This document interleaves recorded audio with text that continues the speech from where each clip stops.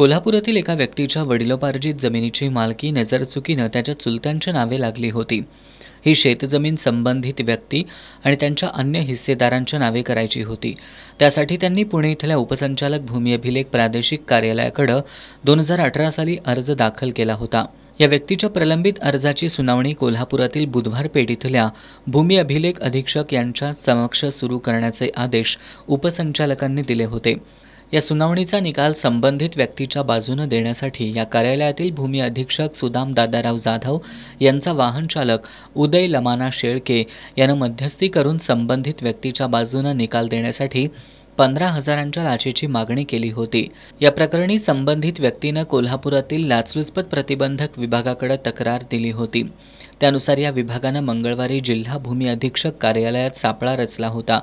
त्यावेळी भूमी अधीक्षक सुदाम जाधव यानं 10,000ची तर चालक उदय शेळके यानं 5,000ची अशी 15,000ची लाच घेताना या दोघांना रंगेहात पकडण्यात आलं होतं। आज या दोघांना न्यायालयात हजर केलं असता न्यायालयानं त्यांना 2 दिवसांची पोलीस कोठडी सुनावली असून या दोघांच्या मालमत्तांची चौकशी सुरू केली असल्याची माहिती लाचलुचपत प्रतिबंधक विभागाचे उपअधीक्षक सरदार नाळे यांनी दिली आहे।